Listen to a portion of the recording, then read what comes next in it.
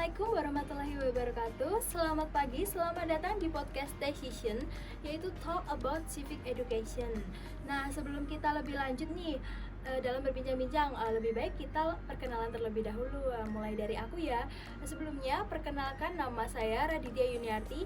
Saya di sini sebagai moderator. Kemudian ada dua rekan saya, yaitu ada Kak Umah dan juga Kak Cindy.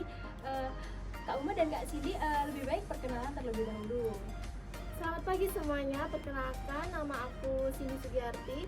Di sini aku berperan sebagai narasumber dengan ditemani rekan saya yaitu Kak Uma. Silakan Kak Uma. Halo semuanya, nama aku Siti Mubarakahiri Uma. Di sini saya berperan sama kayak Kak Cindy yaitu sebagai narasumber di podcast kali ini.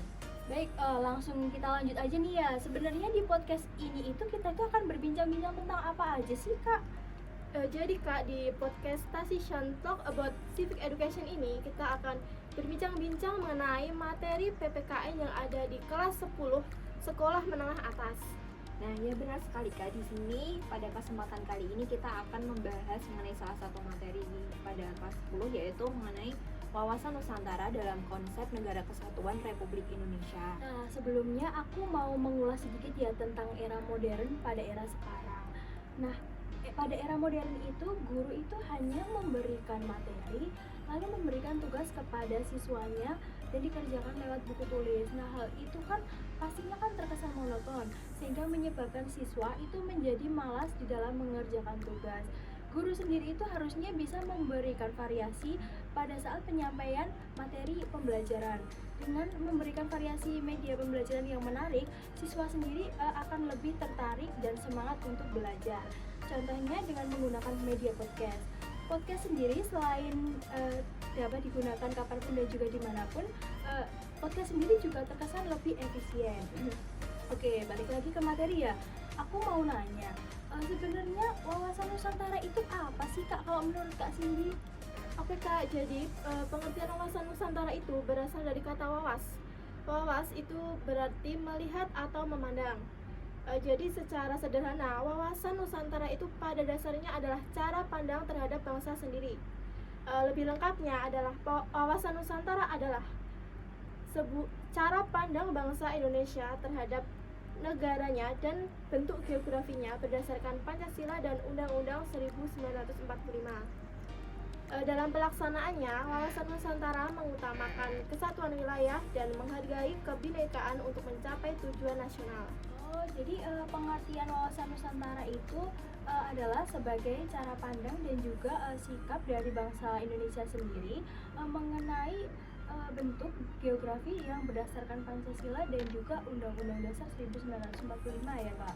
Ya Kak, betul sekali. Nah, selain pengertian wawasan Nusantara tadi, kita juga dapat memahami mengenai bagaimana hakikat dari wawasan Nusantara itu sendiri. Wawasan Nusantara kan adalah sebuah cara pandang yang digunakan untuk menjaga keutuhan Negara Kesatuan Republik Indonesia yang menyangkut segala aspek kehidupan Negara Kesatuan Republik Indonesia. Dapat disimpulkan, wawasan Nusantara diwujudkan dengan menyatakan kepulauan yang ada di Indonesia sebagai satu kesatuan politik, ekonomi, sosial budaya, dan pertahanan keamanan. Oke, tadi kan udah dijelaskan ya mengenai pengertian dari hakikat wawasan Nusantara itu sendiri. Selanjutnya mungkin dari Kak Uma sendiri itu bisa menjelaskan ya mengenai asas dari wawasan Nusantara. Oke, jadi asas wawasan Nusantara itu merupakan sebuah ketentuan dasar yang dipelihara dan diciptakan demi terwujudnya unsur pembentuk negara. Nah, asas wawasan Nusantara itu setidaknya ada 7 ya. Yang pertama itu ada asas kepentingan bersama, yang kedua itu ada asas keadilan, yang ketiga itu ada asas kejujuran, yang keempat ada asas solidaritas, dan yang kelima ada asas kerjasama, dan yang terakhir itu ada asas kesetiaan. Oh, jadi asas wawasan Nusantara itu dalam asas wawasan Nusantara itu sendiri itu terdapat 6 asas ya Kak ya.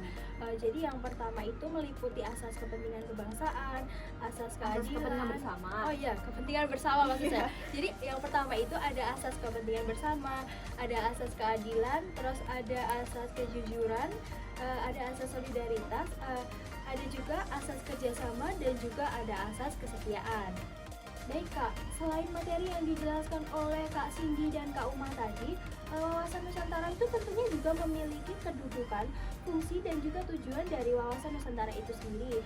Nah, mungkin dari Kak Cindy atau Kak Uma bisa menjelaskan satu persatu. Baik Kak, akan saya jelaskan terlebih dahulu ya mengenai kedudukan wawasan Nusantara. Wawasan Nusantara sebagai wawasan nasional bangsa Indonesia merupakan ajaran yang diyakini kebenarannya oleh seluruh rakyat Indonesia agar tidak terjadi penyimpangan dalam upaya mewujudkan cita-cita dan tujuan nasional.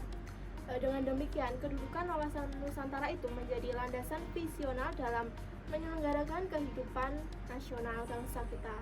Oh, jadi kedudukan wawasan Nusantara sendiri itu menjadi landasan visional di dalam menyelenggarakan kehidupan nasional ya Kak ya. Nah, untuk fungsi wawasan Nusantara sendiri itu dari kalian ada yang bisa jelasin nggak nih?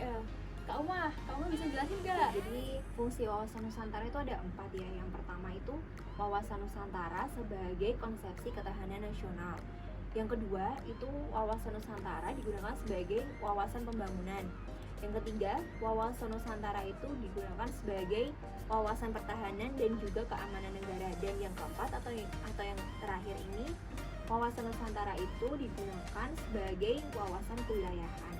Oh, jadi fungsi wawasan Nusantara sendiri itu dibagi menjadi berapa tadi Kak? 4 ya. Yang pertama itu wawasan Nusantara sebagai konsepsi ketahanan nasional. Dan yang kedua, wawasan Nusantara sebagai wawasan pembangunan. Yang ketiga sendiri wawasan Nusantara sebagai wawasan pertahanan dan juga keamanan negara. Serta yang keempat itu ada wawasan Nusantara sebagai wawasan kewilayahan. Oke, wawasan Nusantara itu selain memiliki fungsi, wawasan Nusantara itu juga memiliki tujuan. Nah, dari kalian salah satu ada yang bisa jelasin nggak? Dari Kak Cindy mungkin bisa? Baik Kak, dari 2 tujuan wawasan Nusantara tadi itu dapat disimpulkan ya Kak bahwa wawasan Nusantara itu bertujuan untuk mewujudkan nasionalisme yang tinggi di segala aspek kehidupan rakyat Indonesia yang lebih mementingkan kepentingan nasional daripada kepentingan individu, kelompok, suku. Jadi lebih mementingkan kepentingan nasional. Oh iya, tadi itu tujuan nasional itu katanya dapat dilihat dalam Undang-Undang Dasar 1945.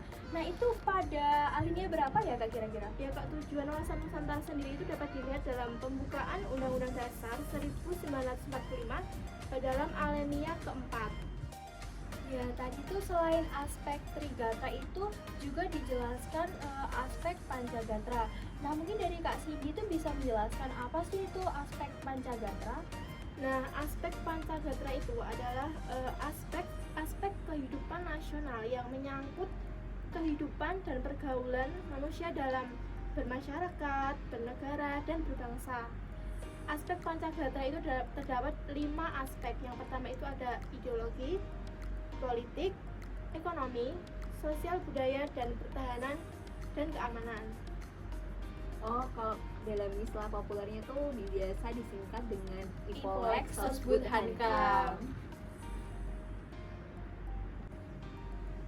Baik, tadi kan sudah dijelaskan ya materinya oleh Kak Cindy dan juga Kak Uma mengenai wawasan Nusantara dalam konteks Negara Kesatuan Republik Indonesia yang meliputi pengertian wawasan Nusantara, hakikat wawasan Nusantara, asas wawasan Nusantara, kedudukan, fungsi, tujuan, serta aspek Trigatra dan juga Pancagatra. Wah, ternyata sudah cukup lama ya. Sebelumnya saya mengucapkan terima kasih kepada Kak Uma dan juga Kak Cindy yang sudah bersedia menjadi narasumber podcast pada kali ini. Iya Kak, sama-sama. Kita juga terima kasih ya bisa dapat kesempatan untuk bisa melakukan sharing materi mengenai wawasan Nusantara dalam konteks NKRI. Ya, semoga materi yang kita sampaikan tadi dapat bermanfaat dan menambah wawasan kita semua. Nah, untuk evaluasi materi pembelajaran, kalian dapat mengklik link pada deskripsi box dengan mencantumkan kode akses yang telah diberikan. Nah, selamat mengerjakan dan semangat. Sampai jumpa pada podcast selanjutnya. Dadah.